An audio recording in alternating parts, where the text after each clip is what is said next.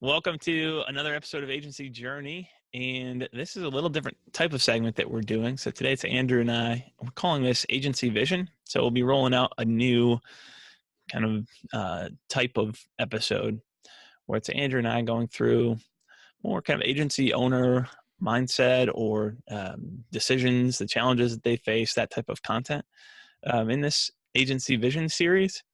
So today we are going to be talking about forgetting deliverables and dealing in transformations instead for your clients. Andrew, you wrote that title. What do you mean by that? I mean, it's time to stop thinking about like all of the activity that you do. Don't pat yourself on the back because you met like the minimum quota on your contract for your clients, but like it's time to think about what are we doing for our clients? How are we helping them grow their business, move their bottom line? And there's a disconnect in a lot of agencies between that idea of like delivering real value and the volume, the frequency of the activity that they're cranking out on a day-to-day basis. So it's kind of like strategy meeting operations right here. And it's going to be a good time. Everyone should just have a little tingle going down their neck when they hear that title. Great. That's of course I want to deal in transformations. That's why we're all here. Yeah, that's awesome. So yeah, it's awesome. How do you get from selling deliverables to selling transformations? So let me take a step back. Like the situation that we see all the time working with agency owners, whether it's inside the accelerator program or if it's on a strategy session or on the podcast, is they're in a state where if they've gotten to a point where they're okay at selling, they've got enough clients where there's revenue coming in. Most agency owners or agencies in general are just stuck on the rat wheel of creation. So they're worried and stressed about meeting all of the deadlines that they have, getting the content shipped out the door, move on. What's the next thing on my list? Because my red tasks are a mile deep if I even have a task list out there. And so that's kind of the situation. What we want to talk about here, the agency vision piece, is okay, time out. Let's take a step back. Have a high level view of the agency and say, hey, think about how we position this whole thing for our clients, for our internal team as well. And instead of delivering XYZ services, and you think like agency website, deliverable menu, like I want you to have that picture in your head of like the 15,000 different services that are listed on your website right now. Because when we think deliverable, the more options I give a client, the more likely they are to buy, right? That's the idea that's in our heads. And we know that from experience. Instead of thinking about that, we deliver XYZ services. You deliver outcomes for your clients. What are the outcomes that your clients want? That's kind of the big idea we want to unpack here. And before I've got bullets on bullets here. So right.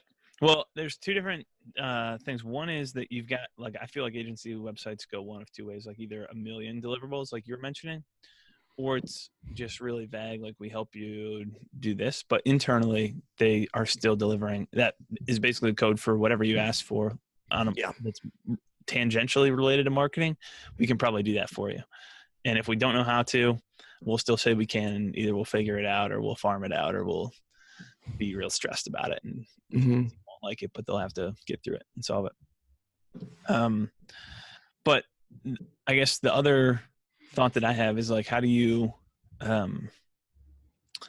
go from all these different deliverables? Like clients come in wanting deliverables. So, and I realize everyone wants outcomes, but they need to have some sense of how do you deliver that, or else you're just going to look like you don't know what you're doing. So how do you position and communicate that? How do people go there? And obviously you've got bullets on bullets to share with us on how we do that. But that's kind of the number one, I guess, question or hesitation that we hear is like our clients need to know what we can do and our capabilities in case they come in looking for that one thing. Yeah. So when you think about that, when you think about the deliverables as like your positioning, like here's what we do well. Here's what we're world class at. You get on a sales call and you just start like techno babbles, just like rolling off your tongue because you're so fired up about how well you can optimize Facebook ads. The challenge there, like from agency strategy perspective, is your activity based now. Like you're saying, like we'll crank this stuff out for you. And by definition, that activity is a commodity because I now know as the owner, like, okay, they're going to do X number of Facebook ads per month, or they're going to do X number of videos per month. I now have a fixed deliverable that I can go and price shop for that. Can we just point out too that we understand that it's not a commodity, that there is real differences in the way that you deliver something and the quality of it. It can make a difference. So there's this common pushback of like, but it's not a commodity, because what I do is very different than the way, like when we designed a website at Guava Box, we knew it was going to be 100 times better than like our three main competitors here. Close. But commodity doesn't mean that the quality is actually the same. Like jeans are a commodity, but I buy really crappy jeans that tear after 6 months, and other people spend $200 and their jeans come pre-torn, but they might be better quality. Commodity doesn't have to do with the actual quality of what it is, or even the results that get produced, but it's the perception of the customer that make it a commodity. So yes, like the hesitation that, but we're not a commodity, or the common objection, like we're different. You're not different if your customer doesn't know and value the fact that you're different. If they think you're doing Facebook ads and you're optimizing it and I can pay someone else too, they're not smart. They don't know the difference in the process or the results or anything else. You need to educate them at some point, but it can't just be like the commodity isn't about your perception of what's a commodity. It's about what the customer's perception is. Yeah. And can I push into that a little bit, push back a little bit on that too? I think agencies overestimate how impactful their deliverables actually are. No, I said it. I'm astounded. I think most of the stuff that people put out is crap because it's rat wheel stuff, and because you try to do anything the client asks for, like you're not actually that good at it. And so you went, and the reason the client left is because you went and got that freelance writer off of Writer Access or off of Elance or whatever, and you didn't prove the thing. And even when you did prove it, you're like, oh, ship it. And the stuff just sucks because you are deliverable focused. Like everything that you said about perception of client, like I'm having this conversation off of the client's perception of it. That's valid. At the same time, you might be selling crap. Right. Well, both of them are largely, or can largely be true. I mean, there's a lot of people who are producing good work. We're not trying to denigrate the work that agencies do on an individual level, but certainly on a mass level, it's leaves a lot of crap out there. And there's also a million agencies who are actually delivering really quality work, and they're not making any money off of it because it's still valued to some degree like a commodity. But they're actually putting in the work to differentiate themselves, and they're getting referrals, they're getting more business, but it's not, it doesn't cost nearly as much as it ought to cost. Yeah. So how do we escape that? Well, how do we escape this? We need to stop thinking in terms of activity. We need to start thinking in terms of outcome. That's the first step. When you stop saying, I do all of these things, even the idea of full service, like people grab onto that thing like it's a life vest, and it's really a weight. It can sink you if you're not vertically integrated and positioned to be that team. Like a small team can't do that. Like it's okay to focus on one area when it comes to your transformation side.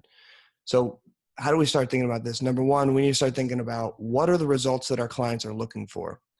And if you have a hard time right now even talking with your clients, or if you're working with clients to say, just do it for me, I don't even want to see you, this is going to be a challenge for you, because this requires regular communication with clients, and it requires a position where you can ask them real questions about how the business is doing and how sales are doing, and like what they're doing with their leads and all those types of things, which can be a different shift for a lot of agency owners who are just used to like cranking out stuff, because it's a strategic conversation rather than an activity-based conversation. So that's what I would say is the starting point of making that shift, and just understanding that kind of how we deliver the stuff needs to change from the beginning. Would you add anything to that? I don't think so, other than you need to have like the expectations that you set early are always much easier to reinforce later than to try and shift later. So it's there. Most people start or position around deliverables because that's what clients know to ask for. Clients don't know, just because it's like any other thing, you don't know who you can go to and say, other than maybe a counselor, where you can go say, here's all my problems, like, and ultimately here's hazy vision or, cloudy goal of where I want to be, or very specific goal of where I want to be. Like, how do I get there? We don't know who to trust. So when I didn't have a car mechanic who I trusted, I wasn't sure who to go to. We moved somewhere new and I didn't know who to go to. I'd try and figure out what my problem was. And I'd come in asking for that specific, like I need my oil changed, or obviously my muffler's broken. Can you break that? Yeah. And now I have a mechanic who's a good personal friend and who I trust. And so I bring my car in for an inspection or whatever, say, hey, look it all over. Like I want a car that is going to run reliably, is going to be safe in the winter, and is going to be safe like all the way around. And I don't need to worry about, my family having any incidents. Yeah. And so instead of going in and asking for one specific thing, I go in now because it's somebody who I trust, and I say, like, I need all these things, like I need whatever you find, like probably fix it. And if you tell me to do something, I'll probably do it because I still want to know. I'm going to still hold you accountable, and I want you to be honest with me. And I'll still use the internet and research things. Yep. But I'm much more open to it. And it's, if all you're doing is you're just the shop that, and the reason that I trust this mechanic is because our very first interaction when I came in with one specific thing was, hey, I know you have that. I don't know that I'd worry about that thing that you thought was a big deal right now, but you have this other thing. And kind of stepped back from just, we can do that and it'll be $274. Yeah. That's something we do need to look at, but we probably also need to look at this more important issue. And so the same thing needs to happen in the agency space. Like you need to set that expectation early on in the sales process of, I know that you're coming to us for a website redesign. What do you want out of that website redesign? Like what's the overall goal? And then work your way back to what are the goals? Okay, the website is very important. But right now you have all this traffic and you're not converting you're not getting any sales conversations. You're not getting anything out of that. What if we put messaging, like we'll work on the site, but what if first we just go and put drift on the site and we do some messaging and interact with the sales team? Or what if we go throw a content offer on there and get some emails and see what people are, learn a little bit about your current audience, or even just throw up a survey on the site to get feedback on what do your users not like right now. I understand that your CMO doesn't like the color of red that's on the current site, but do your users care? Like, what do they care more about? So there's all these things where we can step back, but you got to do it earlier. It's much harder to say, okay, we built the website. Now let's go back and look at the strategy. Yeah. When there's a good chance that that's going to shift. You needed a website redesign, but what you wound up with isn't what you should have built at the beginning. Yeah. Yeah. I think what you said about trust is key. Like your clients have to trust that you have the best interest at heart. Right. Yeah. You don't just care about getting paid for one specific thing. Like you're actually trying to solve the problem. And along the way, you want to get paid well. They are absolutely fine to know that. They should know that. Yeah. I like working with people who I know, like I want to pay my mechanic for doing stuff. I don't always want to pay as much as he asks for, but it's, even though I don't want to, like, it's still worth it to me. And I still feel good knowing, okay, here's someone who and I'm happy to support someone's business when they're trying to do things the right way.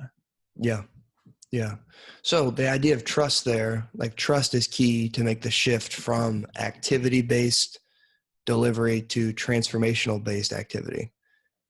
That has to start in the sales process. Like that's right. The key to building trust is asking questions. Like you got to get to know the person that you're trying to help if you want to actually help them. So I think the paradigm shift here is the lens shifts from like me and my team's ability to do this stuff really well to the client. And now where do you want to go? What challenges are you seeing? What obstacles lie in your path that you can't overcome? Why haven't you overcome these things by yourself? You have a deeper conversation with prospects or with current clients to figure out where are they right now and where do they want to go. And that's the place where the deliverables come in. Mm-hmm. So it's not to say you just throw out deliverables and what do? Sprinkle pixie dust on these clients to transform them? Like, no, it's just like, what's the order in which this stuff rolls out? Right. We go deep, we build trust, we understand where they want to go. And now we as tacticians and we as marketing strategists come to the table and say, okay, I know what the goal is. Now, like I'm going to go into my playbook and I'm going to line up my best game plan based on your situation and where you want to go. We're going to crush through that game plan, one deliverable at a time. We're going to track our progress on a small handful of KPIs to make sure we're moving forward. but only focusing on what we know is going to deliver value rather than this machine of just cranking out content for the sake of checking the box. Right. And also measuring what we have. And you mentioned trust. Like trust comes from consistently meeting or exceeding expectations. So, and a lot of times those expectations aren't even consciously or verbally set. Like, why are we friends with people? I don't know if we had to go back and figure out like, why are we friends? And you think of a friend as someone who's like always there for you, regardless of, like someone who's truly your friend. It doesn't matter how bad you screw up or how good things are going. They're there for you either way. It's kind of comes down to loyalty, but we never said to each other, like, we'll be friends as long as, or like however close we are is how loyal you'll be. Yeah. But you've always been there for me, for everything. And so that, like, over time, that builds up and builds an incredibly high level of trust, even though that's never been verbalized or said out loud that, listen, I need you to be there for me. And as long as you are, like, our friendship will keep growing. Yeah. We've never had that conversation, but it's continued to happen. And so I've never thought about those expectations and laid that out. But when that happens, that's how trust gets built. And so when you set those expectations early, kind of going back to this needs to start in the sales process, then you need to go through and build that strategy. Then you need to start delivering on it. And that's where the deliverables come in. When the expectation is I come to you with deliverables, you deliver those for me. And then you want to say, now I want to come back up and work on this. Like, there's just a misalignment in it doesn't make sense to do things in that order. There's a logical progression. There's a time and a place for everything. And the time and the place for strategy comes first. There's roles for that all the way through the process. We should always be reevaluating and figuring out, but it doesn't make any sense. It's like the blind hustle approach to just like dive right in and go do something and then try and come back and figure out, was that the right thing to do? That doesn't make any sense at all. None at all. But the other thing is, this is the only way that you're actually going to be fully aligned with, unless you have an omnipotent client who just happens to know everything and they know exactly the perfect thing to ask for. This is the only way to really have a full alignment between an agency and your clients, is to get buy-in and agreement around, here's the same end goal. And we both agree that the strategy moving forward makes sense. And now we're implementing what it's going to take, like what that strategy calls for. From that. Otherwise, it's just such an agency, or it tends to be like a client has their own focus and things that they think they're trying to accomplish. The agency has their own things that they're trying, and it's hard to have that alignment until you're agreed on the plan. So true, dude. So like action steps, like what do you do? What do you take away from this time right now of like thinking about your business? Map out the journey. Like if you were to have that higher level conversation with your ideal fit client tomorrow, if they just showed up, like whiteboard this thing out. Like what would you do for them?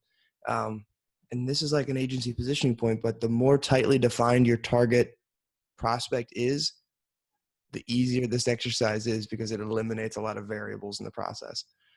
Map out that journey, think about where do they want to go and how would I help them get there? It's pretty simple. That's the first step. I don't think the two things go very well together. If you don't have both, the two things do go well together. I think it's hard to do these separately. If you do a strategy and you say, here's what a client needs, and you want to earn some of these deals, you want to close some of these deals, it's a pretty narrow for you to kind of specialize and have your core set of things that you do.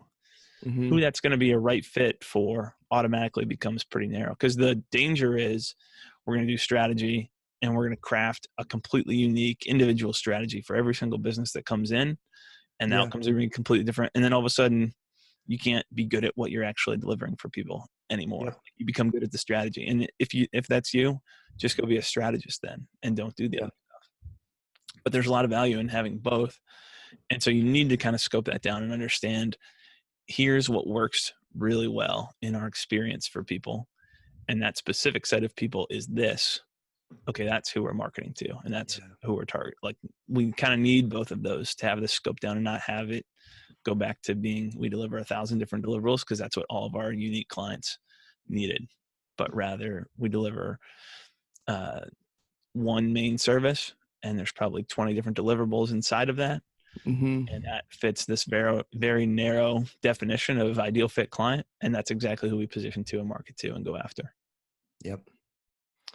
So that's a shift, guys. That's the vision. So, I mean, we've got more riffs we could do on the positioning piece, Gray, on Oh yeah. the ideal fit client piece, and that'll be for another episode. But for the first episode here of Agency Vision, that's the challenge for you. Map out that journey of where do you take your clients, what's the outcome that they're looking for, and how do your deliverables help get them there. So hope you guys enjoyed this episode. If you're listening to this on the podcast feed and you haven't yet gone and joined the Agency Journey Insiders group on Facebook, you can head over to agencyjourneyinsiders.com and I'll take you to the Facebook group. Join there. We've got a global community of amazing agency owners from all over the place who are on a similar track trying to build their dream business. So we'd love to have you there as a part of the community. This show comes out every Friday here on the podcast feed, shooting for Thursdays in the Facebook group, kicking off next week. So we're looking forward to that. Head over to the group and we'll chat with you there.